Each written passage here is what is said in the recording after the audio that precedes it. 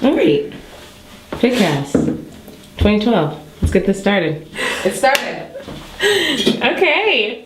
Wow. Here we are. Look at this. It's PITcast 2.0. I'm on. This is full media. This is full audio, visual, all media. We're not joking around. And like the thing is, like, you were our second guest for the original first round of PITcast. This is true. And technologically, do you feel more comfortable with this setup than the one that we had before? Yeah, I like that we're not in the booth. Yeah. In that little booth with the snowball. And let me tell you, I was so nervous. I know you're not Rob, but I was actually very, very nervous. I was like very riled up, and my nerves were. I'm still a little nervous right now with this setup, but you definitely walked in with a little more swagger. Like, you came in with your own beverage. It's true. Okay, so for those of you that don't know who Keith Huang is, he is our new artistic director. When did you become our artistic director? What was like the official date? March 30th. March 30th. So it's been about 6 months. Yeah. So it's like a 6-month-old baby is like still helpless. Still very helpless. Just kind of blowing in the breeze. But starting to make facial things, you know, sticking my tongue out.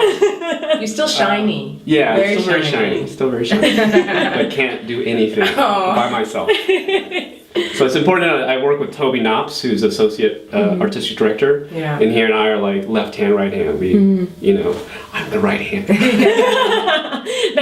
we literally do everything. You know, there's so many tasks that we split it up very evenly, and it works. It's a great team. Great.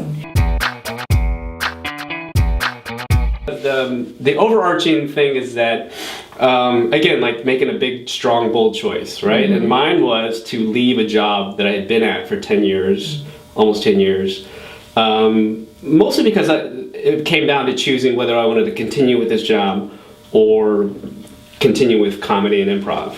And what it boiled down to was having to take a job at night. So to work from 4 to midnight every day, which was like at the Wall Street Journal, at the website.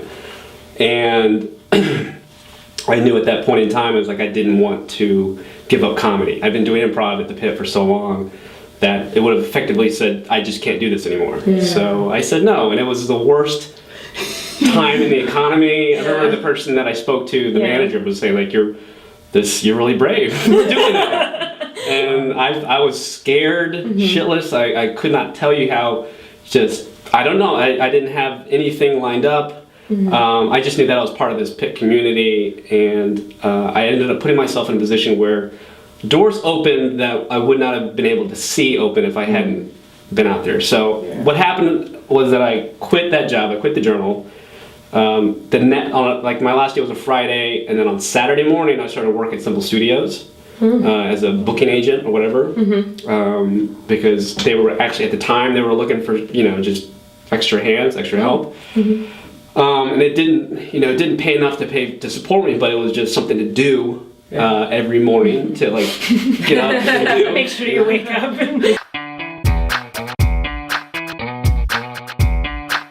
I mentioned earlier about like in your emails, like kind of being a little less polite and just like more like straight shooter. Have you found that being an artistic director has changed the way you improvise with Borealis? Maybe. I think so. Good. This is me not making a choice. I don't think I have an answer. No, I don't think I've changed. I'm so neurotic about my improv. I think I do a horrible improv all the time. So that's just guys, that's me. I'm not asking. I appreciate this.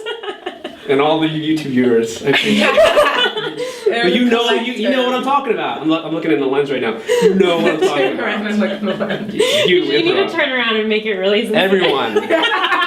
No, that's it. Now they know you're really sincere. Yeah.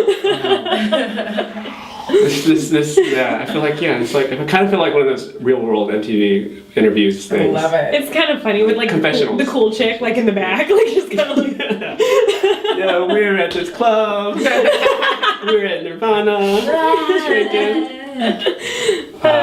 So I don't think it's affected my improv on the team.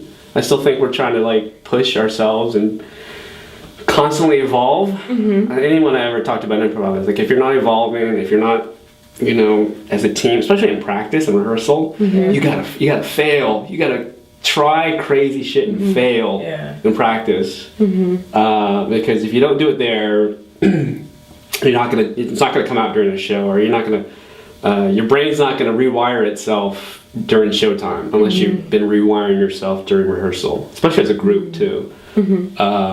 But it's tough. Oh my God, it's so tough. I think this is something I've also been saying to folks. I think the real ladder of success at any theater, really, do improv and do it to the point where you start doing that inspires you to do side work, or you say yes to other things in life that are in this field of work that you want to do, that make it so busy that you have to leave. That should be the success. Oh, wow. Because that's what we're doing this for. That's why we signed. That's why you're striving to make it on a house team. Once you make it on a team at the theater, the work should start then. It shouldn't be like, I made it, I'm done. Yeah. Because it's such an arbitrary thing. The reason why some teams do well is some weird alchemy that no one planned. And then sometimes you put together this awesome team on paper that's fantastic, it looks great, but it just doesn't work. That's what's exciting about improv too. But I'm saying, you look at BBC, you look at Death by Ruru, you look at JV to just any of the theaters, the people that have gone on to great things just had to lead the team. Like they just had so much other stuff going on, and that should be. But I mean, they're all doing the stuff they want to do. But that should have been the improv team should be the foray into that. That should be the entry point into that world. It keeps you fresh, and it's great, and it's it's a real big vanity builder when it's great, and you're on a good team, and it's fun. But Borealis is going through it too. Like Hobby moved to LA, Grace is moving to LA. It's like that's their career. That's for the years that they put into an improv. This is the payout. That should be the payout. To have the guts and the nerve and the ability to say, I'm going to leave this. I'm going to quit my job at the WallStreetJournal.com after 10 years because the universe is telling me to do this, and it's also kind of making the decision for me. Right. Because that whole thing that Ali says about letting go of one branch before you grab another. It's like maybe let go first and then hope. Hope the net appears once you step off the ledge, like Douglas said. There's a real life lesson in that, I think. So. Oh, wow. Yeah, that's where I'm coming from, guys. Wow. Thank you so much, Keith. And I think we have to say goodbye the appropriate way. In the pit way. Bye. That's awful. I'm sure this looks one terrible. more time. Do it like 1, 2, 3, in. Oh, like choreographed? Yeah, here we go. 1, 2, 3, bye! Still terrible. Yeah, that was really Last one, come on, I need But it. this is the guinea pig. This is so it won't be perfect. This will be aired though, all over YouTube. And there'll be gifs of you guys going like this. Oh boy. One more time. Really? 5, 6, 7, 8. 1, 2, 3, in. Bye. Oh, you poor thing. This is what you have to do as an artistic director, though. Compromise my integrity. Pretty much.